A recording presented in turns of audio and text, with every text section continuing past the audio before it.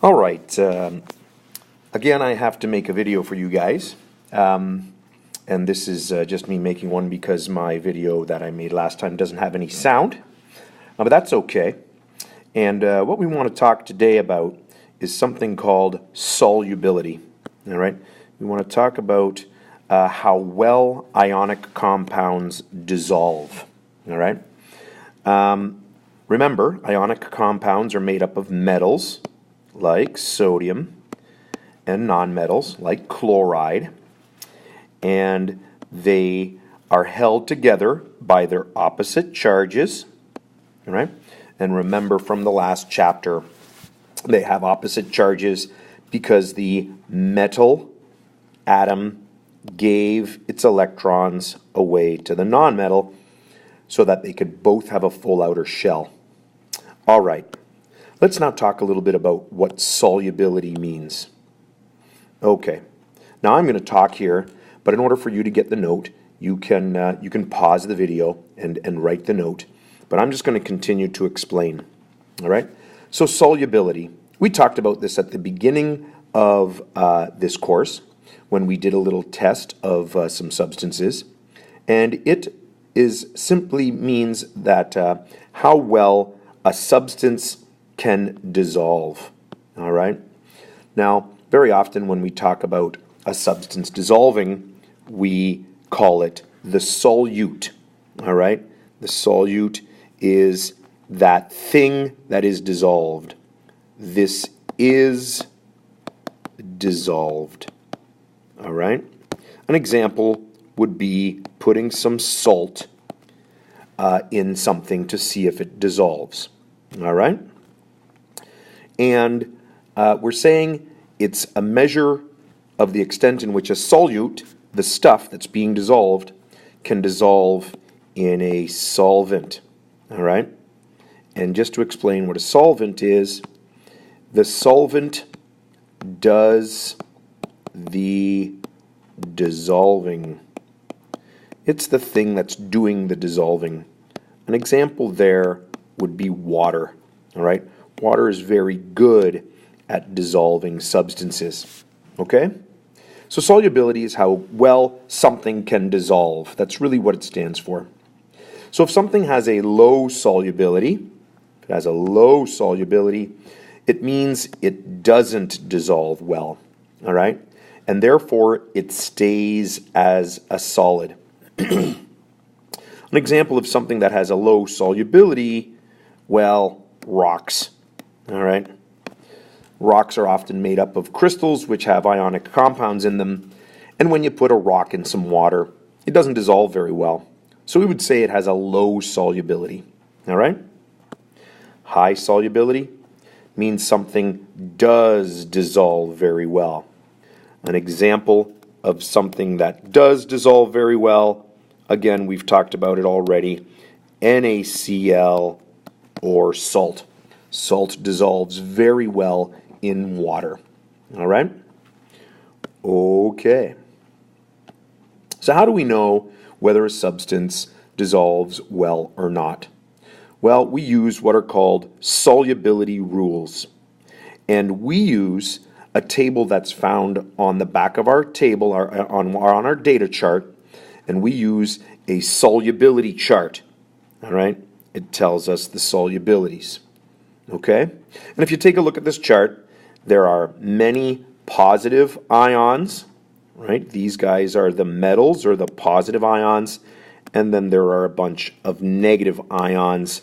And when we put them together, they create our ionic compounds, and we can then determine the solubility by looking at some letters that tell us how well it dissolves. All right? So you can see that there's AQs and there's S's. And you can see up here, AQ stands for aqueous. And that means it does dissolve in water. And the S here stands for solid, and that means it does not dissolve in water. Okay? So we're looking for the AQ, which means aqueous, which means it dissolves well in water, and we're looking for S, which says solid, which means it doesn't dissolve. Okay? All right. So, here's a little written thing about what I just said, and I want you to write this down. If it's AQ, it dissolves, and we say it's soluble.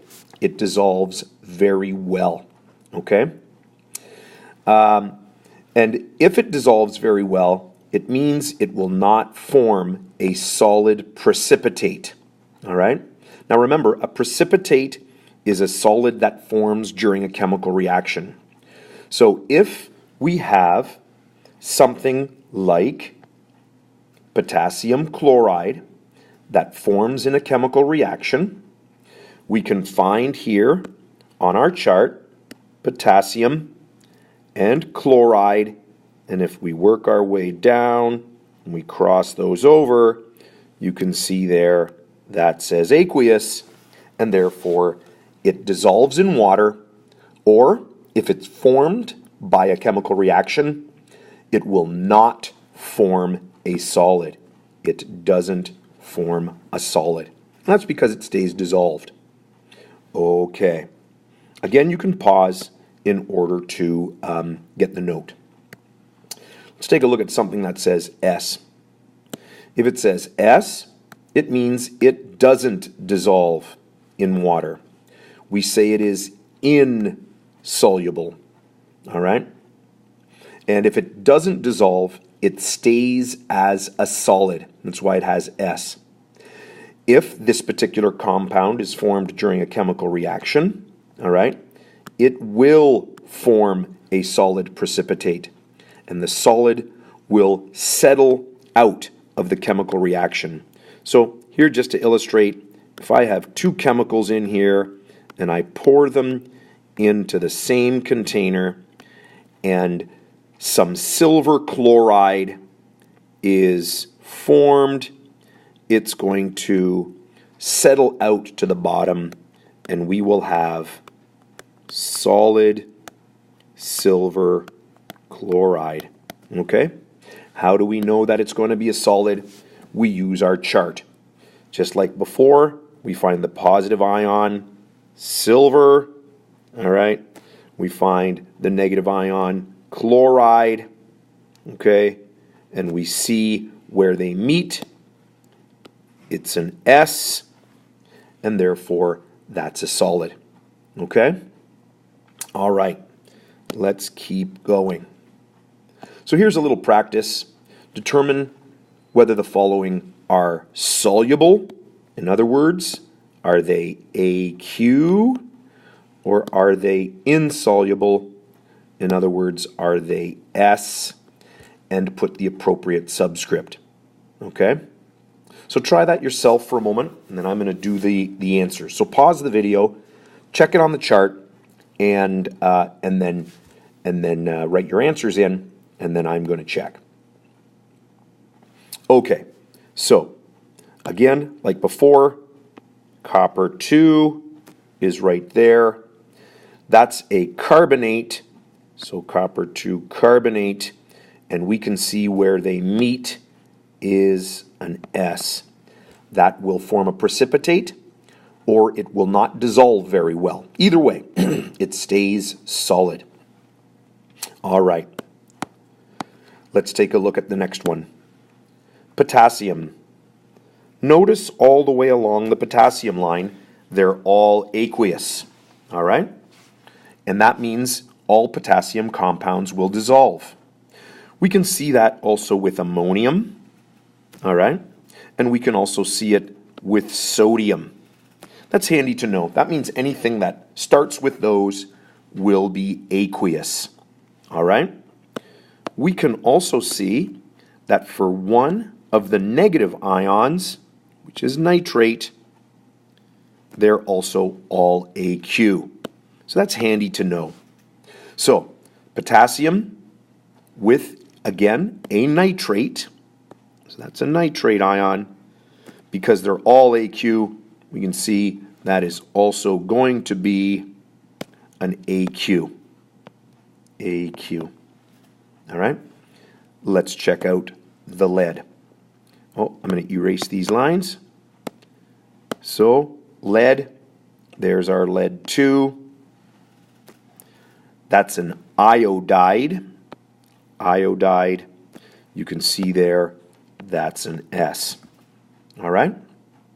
And so that's how we use our chart in order to determine whether it dissolves or not. I'm going to stop the video right now, and I'm going to make a second video on what we call dissociation reactions. And the reason for that is I can't upload long videos, so I've got to cut them short. Okay? So I'm going to stop at this point.